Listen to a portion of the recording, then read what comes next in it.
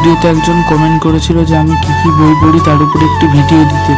তোমরা বলবে আর আমি শুনবো না, এমন কি কখনো হয়? তার জন্য আজকে চলে এসছে বুক লিস্টের ভিডিও।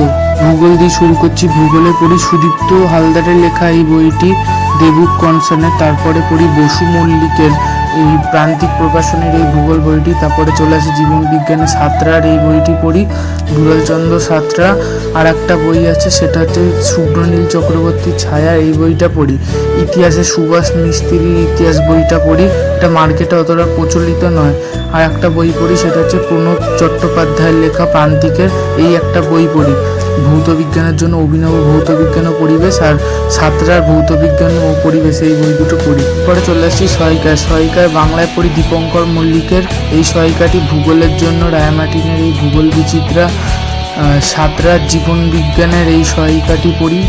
আর ইতিহাসের জন্য রায়মার্টিনের ইতিহাস বিচিত্রা।